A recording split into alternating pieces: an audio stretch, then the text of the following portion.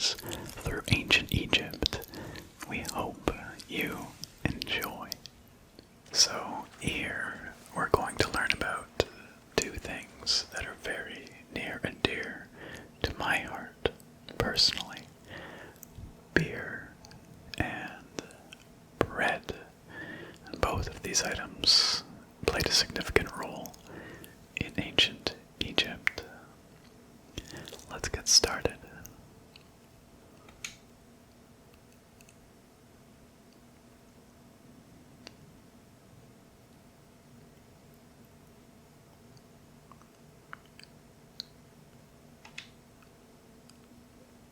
The importance of beer. Well, the Mesopotamians invented beer, including using a straw to avoid the sediments and herbs. Ancient Egyptians perfected the brewing method. Egyptian beer's quality was determined by alcohol strength, color, and flavor. Kind of like modern beers, actually. During the Pharaonic era, beer was the most commonly used and important alcoholic beverage. The state and temples used it along with bread as payment to workers, and it was included on the lists of food offerings to the gods and the deceased. They even used it to pay their workers who could literally work for beer in ancient Egypt. We could learn a thing or two from those guys. Daily intakes. Beer was the popular drink of ceremonies and festivals. The festival of drunkenness was even dedicated to it. I tell you, those ancient Egyptians knew what was up. Considered to be quite nutritional, beer was also significant in the day-to-day lives of ancient Egyptians. Egyptian adults and children consumed beer with all of their meals, and medical texts include hundreds of remedies that contain beer. Even the kids. It remained the most popular alcoholic beverage until the Roman era. Well, I suppose it was overtaken by wine at some point. And don't get me wrong, I do enjoy wine quite a bit, but beer just speaks to me. I don't know. A model bakery and brewery. Recipes for beer varied over time and depended on the quality of the materials. Bakers and brewers typically worked alongside one another at the same workshop or house. Many families often produced the quantity appropriate for their own consumption, so it was like a whole culture of craft brewers. That's awesome. With better quality beers produced for festivals and other special occasions. The most basic recipe used malted cereal as the main ingredient. Fruit, such as dates, were added along with honey and spices. That sounds amazing. And like a fairly different kind of beer from what we typically have today. I mean, there are certainly fruit beers, but not quite like that. Once baked, bread would be crumbled into the brew to start the fermentation process. Adding grain enzymes would break down the starches, turning them into sugar and creating a thick mash. I love these little models they show in the pictures.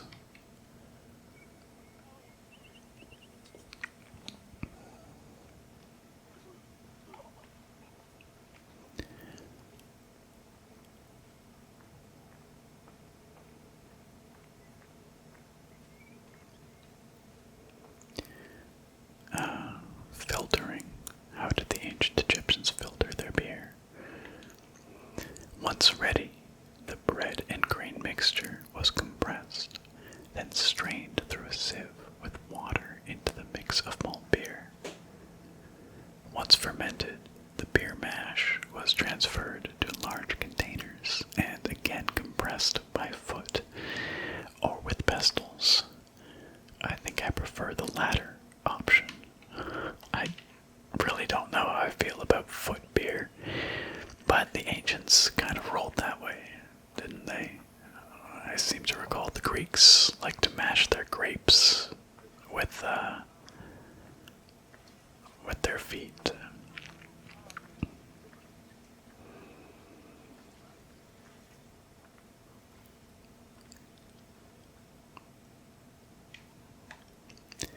Once smooth, the beer was stored in pottery jars and sealed with a clay stopper. It probably couldn't be kept for long and likely had a thick, pasty appearance and texture. Not sure how I feel about that. Very little was wasted. Leftover grains were reused to make sourdough bread or combined with the next batch of beer. Waste not, want not, right?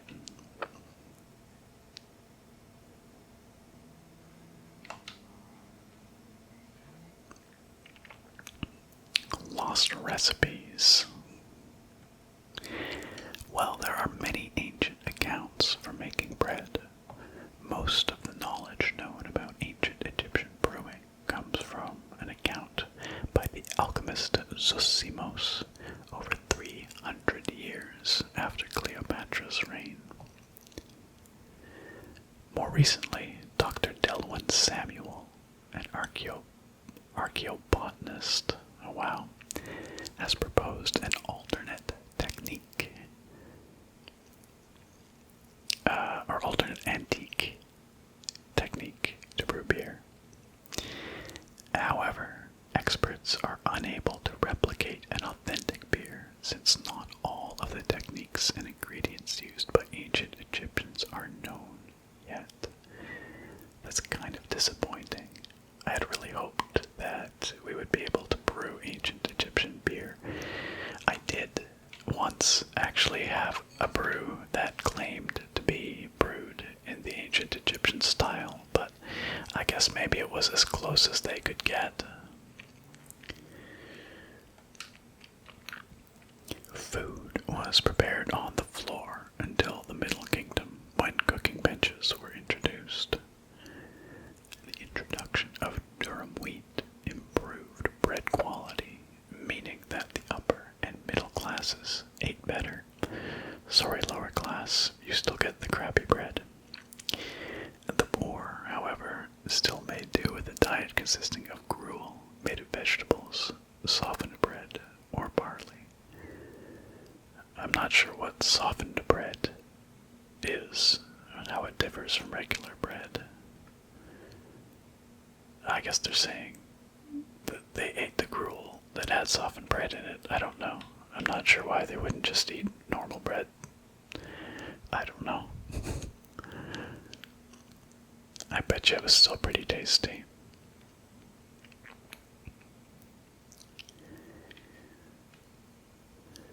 Dough was kneaded by hand or foot, and when sufficiently blended, additional items were added, such as fruits, nuts, honey, and spices. Oh, that sounds kind of like the beer, doesn't it? To leaven the bread, they added sourdough, or leaven from beer brewing.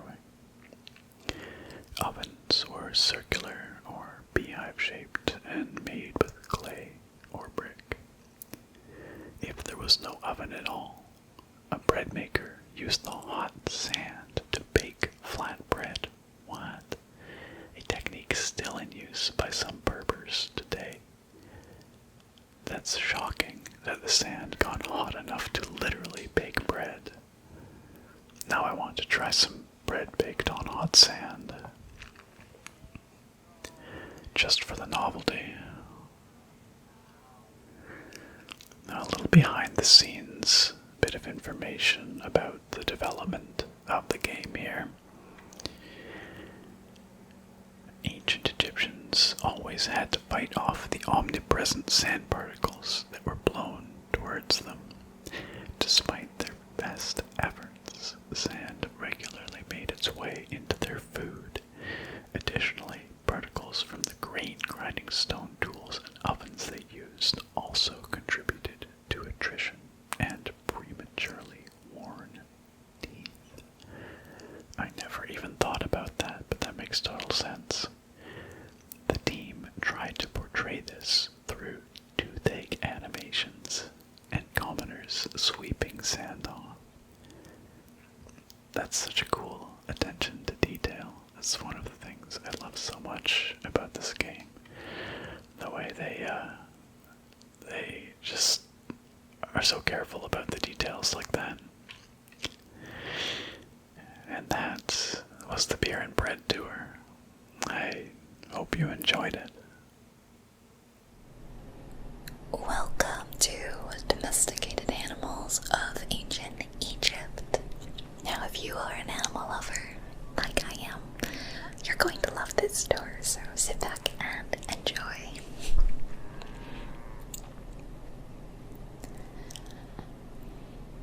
Agriculture and domesticated livestock were introduced 6,000 years ago. Archaeologists have found traces of cattle, donkeys, pigs, and dogs. Dromedary are thought to have been introduced during the Persian invasion. And by dromedary, I assume they mean dromedary camels, right? I've only ever heard them used, like, both words, dromedary camels and instead of just dromedary, but I also don't live in a place where camels are running around, so click jump through the water. And pets were deeply cherished in ancient Egypt. Many illustrations of children often include a pet in the depiction. That's so sweet. How wonderful. I know that cats are really prized, I guess, above all animals, I think, so I'm sure we're going to hear about that next. Actually, it's really cute here. If you turn around by it, you will see people are flying kites in the background. If you just kind of look behind. So that's really fun. I really like that. The kites. I wish we could hear about that. I don't know, maybe why they're flying them, what's going on? Is there a festival? Is it just for fun? Who knows? I'd like to know.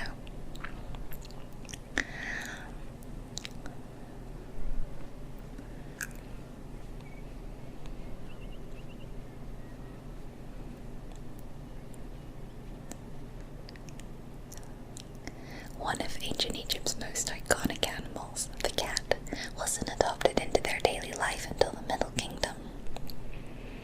Since they were so highly capable of killing snakes and rodents, cats were present throughout every period. However, they only became pets sometime during the Middle Kingdom. Prince Dumosa, son of Amenhotep III, had his cat Tamu laid to rest in its own sarcophagi.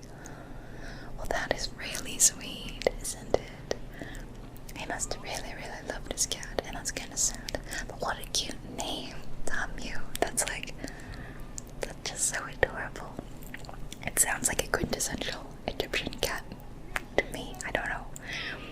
It's interesting how Mew is, I don't know, the word seems internationally recognized as sort of a word for a cat, like a cat sound. Meow, meow, meow, meow. Meow, meow, mew.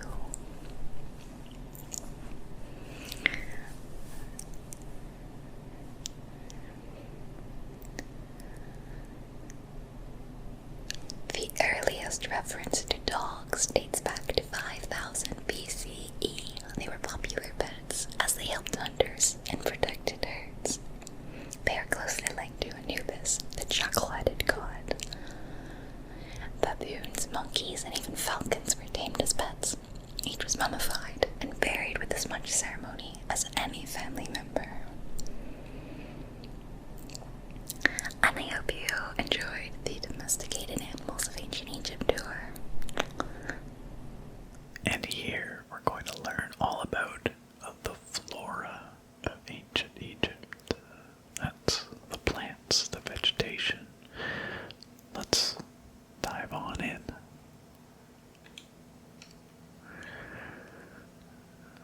here to learn about plants, but there's definitely some animals about as well. A wide variety of plants. The climate and unique geography of the Nile Delta offered a wide variety of plant species. Many of these plants served as sustenance for ancient Egyptians and as crops for trade. The Nile's consistent seasons allowed Egypt to sustain itself for centuries.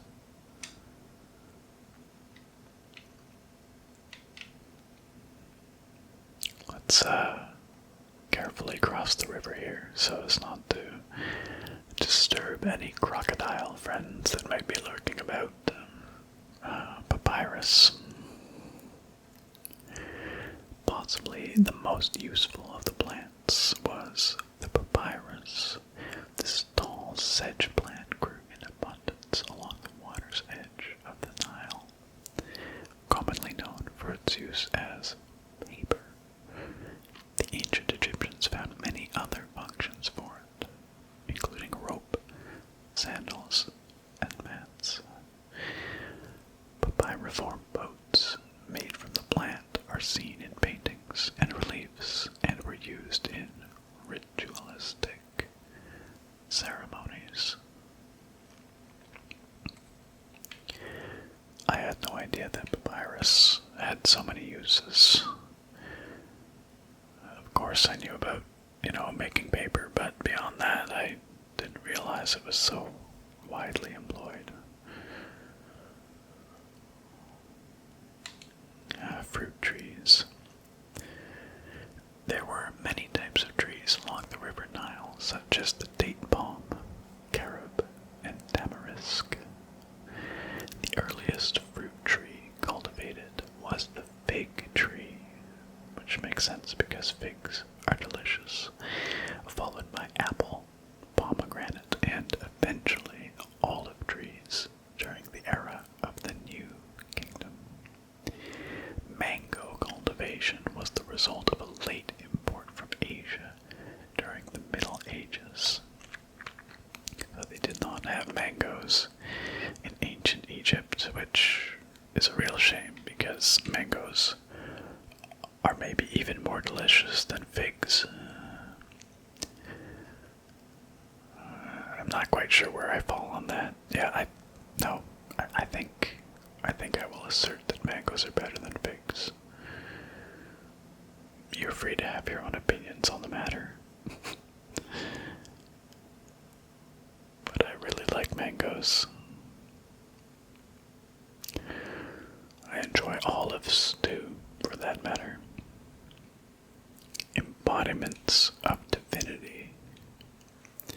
Some trees were associated with gods, such as the acacia with Horus.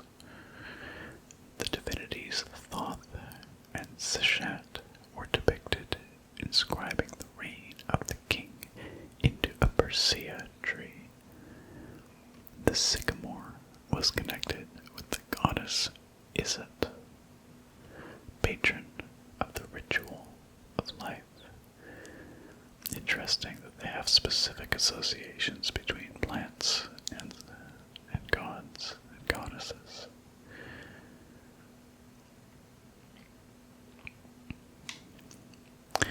And that was the Flora of Ancient Egypt. Short, but sweet, like a fig. Welcome to Fauna of Ancient Egypt. I hope you're ready for some animals. This is going to be a great tour. And I have an animal with me.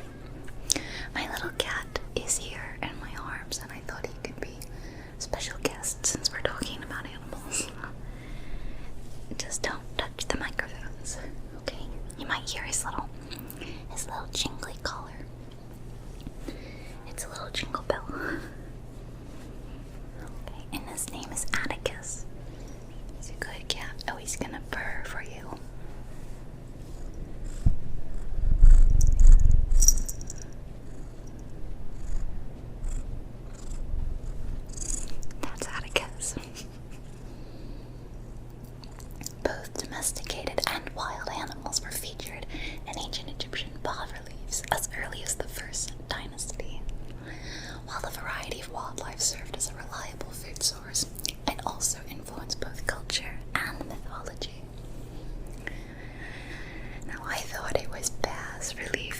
I've seen it written B-A-S-S and pronounced bass. So now I'm confused. Which one do you think it is, Atticus?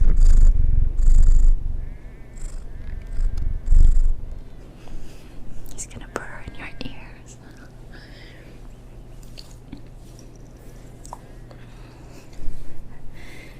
Alright.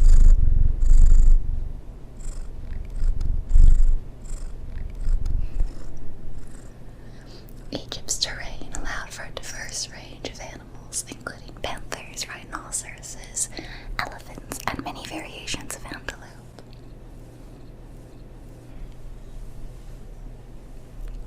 Okay, I had to let him go because he was starting to get annoyed of being held and wanted to play with my arm and also the microphones. So he's gonna sit down now. I hope you enjoyed having a quick special guest as part of this tour. He's still here, he's just on the ground and he's staring at my ceiling fan. There's a little dangly bit that you pull, a little toggle, to indicate the fan speed, and he really likes that. He wants to hit it like a toy. So sometimes he sits and he stares at this toggle, which he's doing right now. Alright, look at all the beautiful wildlife. Oh, and there's antelopes running alongside, and cattle, and look who's up ahead. I see some very, very cool creatures. The Nile is home to many species of fish, along with hippopotami and crocodiles. Ooh, I love them. I love crocodiles, and I have to say, I think that I would be much, much, much more afraid of being near these hippopotami than the crocodiles, at least from my experience. I'm from Florida. We have a lot of crocodilians around here, and they're pretty chill. They will leave you alone if you leave them alone, But hippopotami, they are scary. Those things are powerful, and they will charge you. And they've got those massive, powerful jaws, like as crocodiles do too, but they're kind of lazy.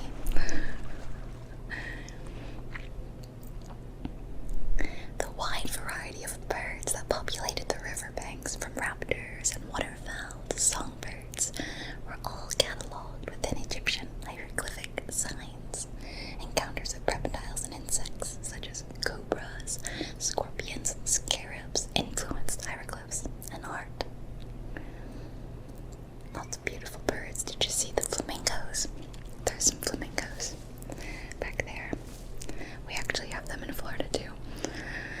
I really like them. They are not pink naturally. They don't start out pink. The greater flamingos, at least, they start out gray, and see, they get pink because they eat a lot of shrimp. That turns them pink. Isn't that fun? I love shrimp, so I kind of don't blame them. Atticus, do you want to be held again?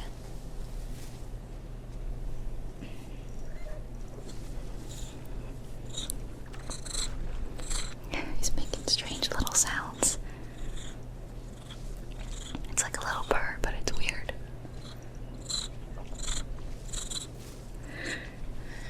He wants to touch your ears with the microphone.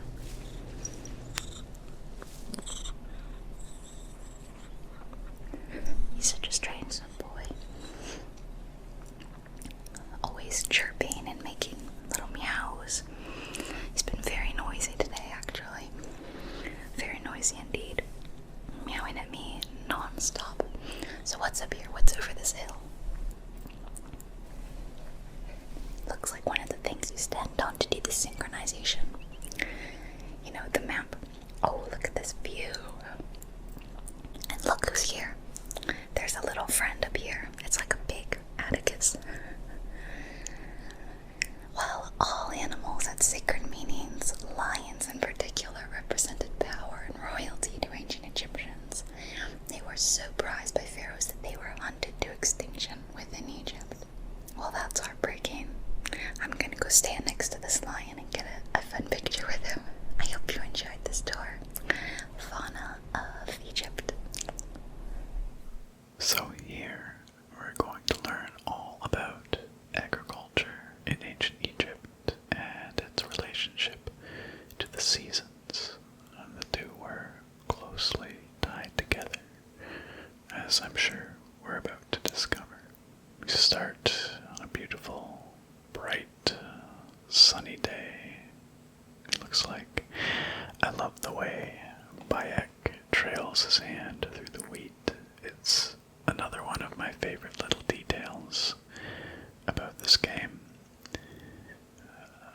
It makes me think of Gladiator, with Maximus slowly wandering through the field of wheat. The importance of agriculture. While crops were cultivated in different oases around the desert, most of the arable lands were near the Nile. Two types of cereal grain were cultivated: barley and an ancient wheat known as emmer. These two key ingredients contributed in establishing beer and bread as the staple of the Egyptian diet and the basis of its economy.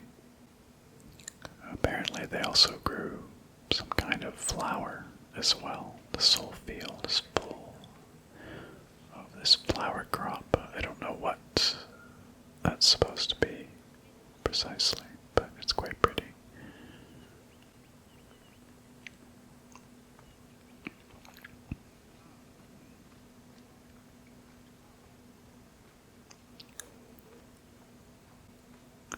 An agricultural revolution.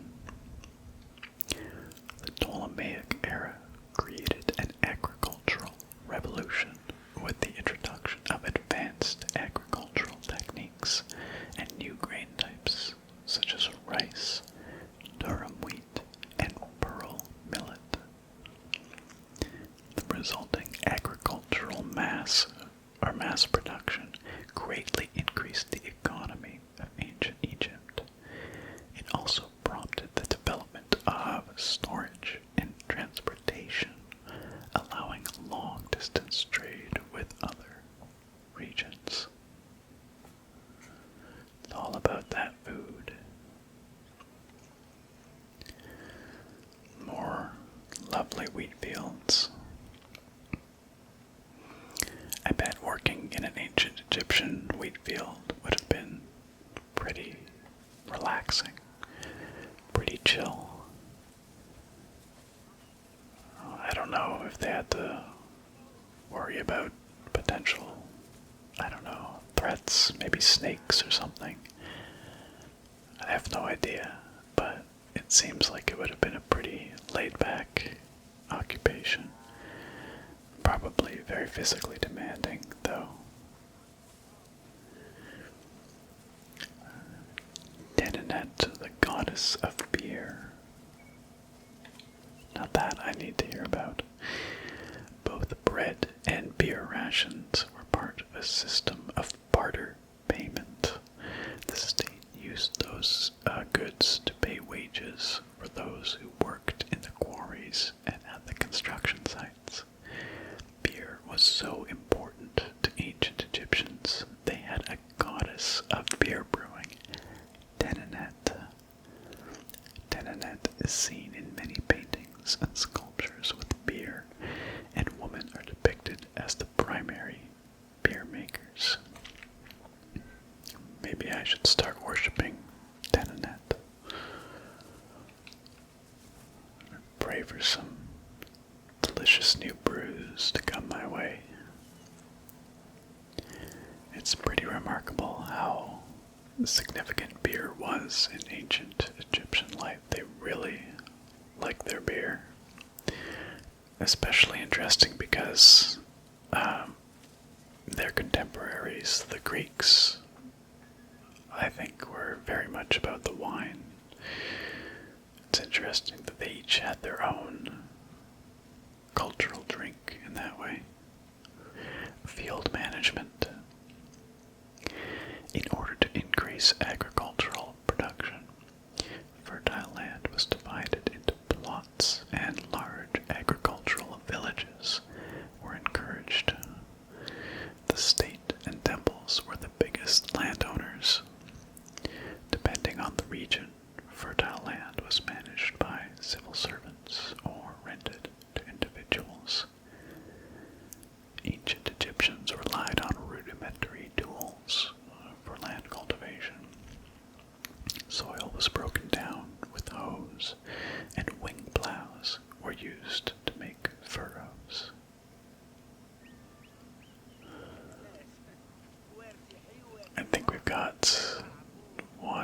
maybe, no, 2 or 3 more stops. I actually wasn't paying attention.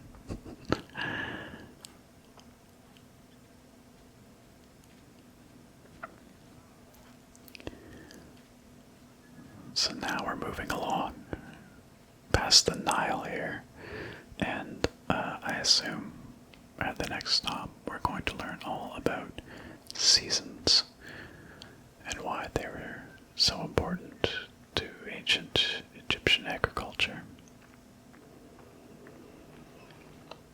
I think all this plant that grows along the river, I think it's papyrus, but I'm not sure.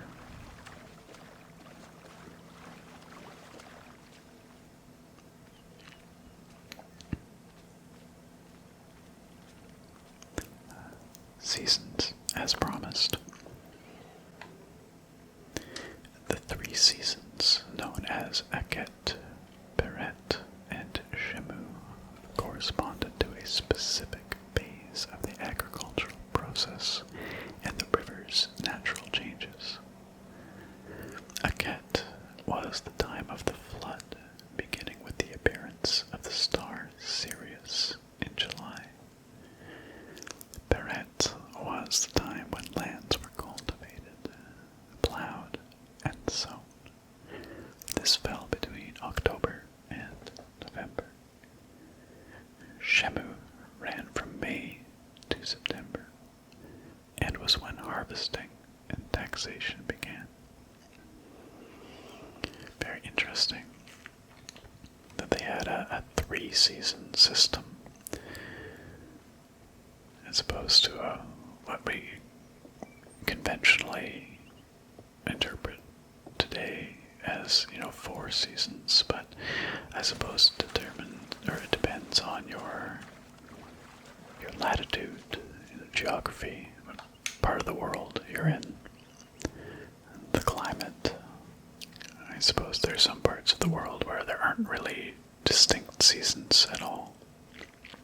I love the way the water is portrayed in this game. They did a lovely job with the color and the sort of the stuff they have floating in it. It all just looks so believable and appealing to me. Provider of the people. The pharaoh's duty was to uphold order against chaos and provide for his people. Priests and local governors also wanted to appear as protectors of the people. However, any variation in the Nile's seasons could cause water shortages. This had devastating consequences on wheat and barley crops. The pharaoh, administrators, and priests knew they needed to demonstrate their ability to prevent such a catastrophe from happening, and so they invented the story, which would be inscribed upon the famine stela. Interesting. They don't tell us anything about that, but maybe at the next stop we'll learn more about the story on the famine stela. I hope we do, anyhow, because now they've piqued my interest. What kind of story would the rulers and the priests have created about water shortages and famine?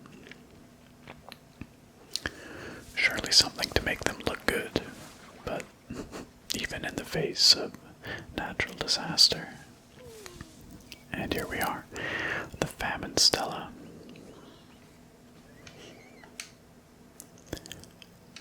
The story begins with the pharaoh worried for his people, naturally.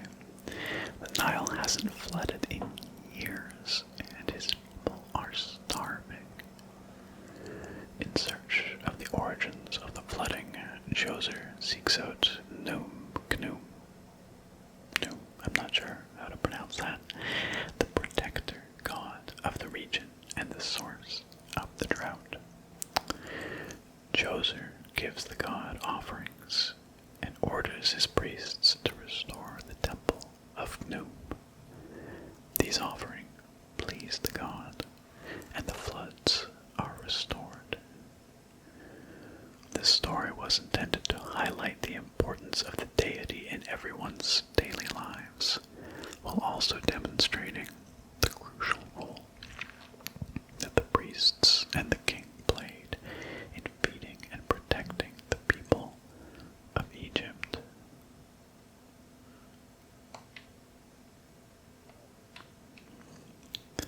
And that, my friends, was the Agriculture and Seasons tour. I learned quite a bit there. I hope you did too. Hi, welcome to the Islands of Pharos.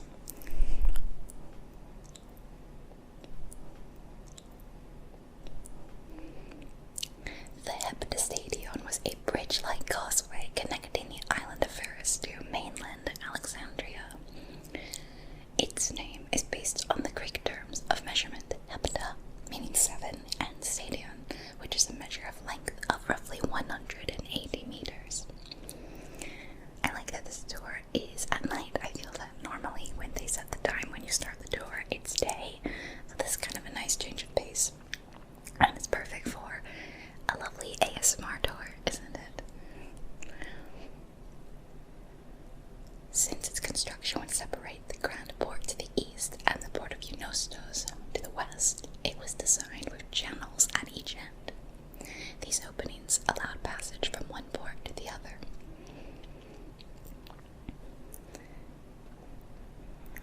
Okay, let's continue on this bridge, and you can see in the distance, on the pretty near distance, the Great Lighthouse of Alexandria. We're definitely going to be walking closer and finding out about that. So stay tuned.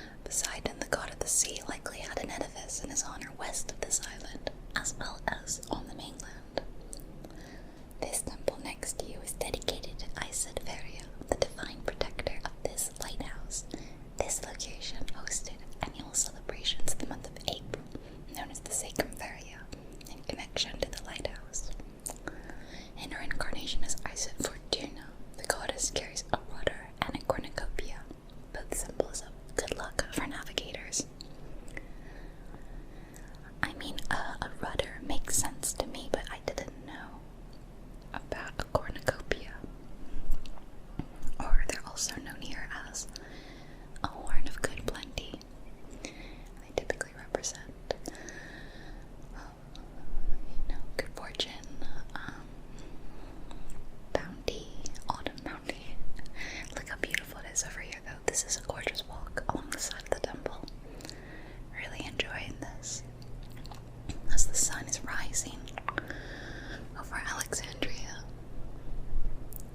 Just gorgeous. And see, we're approaching the lighthouse, the great lighthouse of Alexandria, which I believe was one of the ancient wonders of the world, along with the Great Library of Alexandria and the Great Pyramid.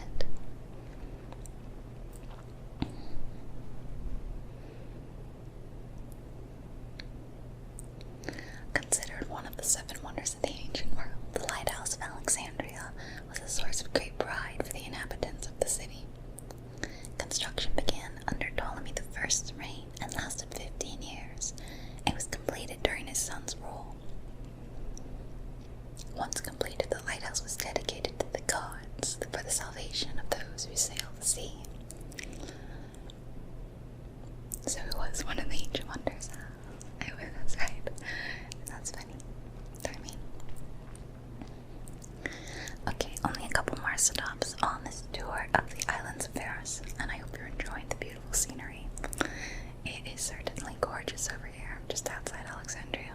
Or maybe we're technically still in Alexandria. Built on the island of Pharos, the stone structure was 3 tiers set on top of one another in a step formation. The second floor consisted of an octagonal tower, and the top floor was a cylindrical tower topped by a statue. The interior provided space for staff rooms and a ramp which allowed the transport of fuel to the upper floors. Imagine getting fuel all the way up there to the top. That almost sounds like a Herculean task. How arduous. But, you know, the ancient Egyptians and Greeks were pretty good at building stuff, particularly with ramps. Essential to safe navigation through the rifts and shallow waters, the Pharos was a functioning lighthouse with a beam reportedly visible 50 kilometers away. It's unclear what kind of fuel was used or how much. Any other details of how the light worked remain a mystery. Again, sad. More knowledge lost.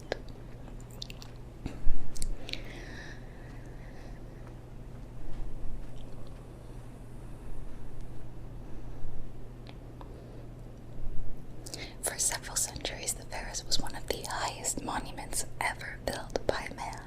It measured roughly 110 meters in height, compared to the Pyramid of Giza, which was around 140 meters tall. Gradually, the structure was eroded by earthquakes, and then completely destroyed in 1480 CE, when a fort was built over it. Archaeological excavations on the seabed have uncovered many blocks from the ancient building. That's wonderful. See, that's what I would like to do. Well, I hope you enjoyed this tour, Islands of Pharos. Thank you so much for watching our Discovery Tour collaboration video. I really hope that you enjoyed and were relaxed and that you learned something.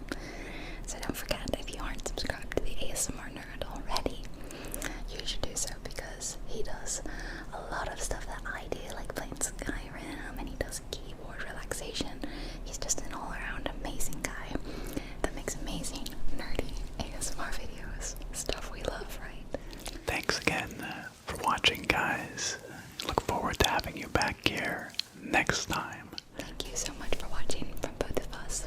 Hope you enjoy the rest of your day, and we will see you guys in another video. Bye for now.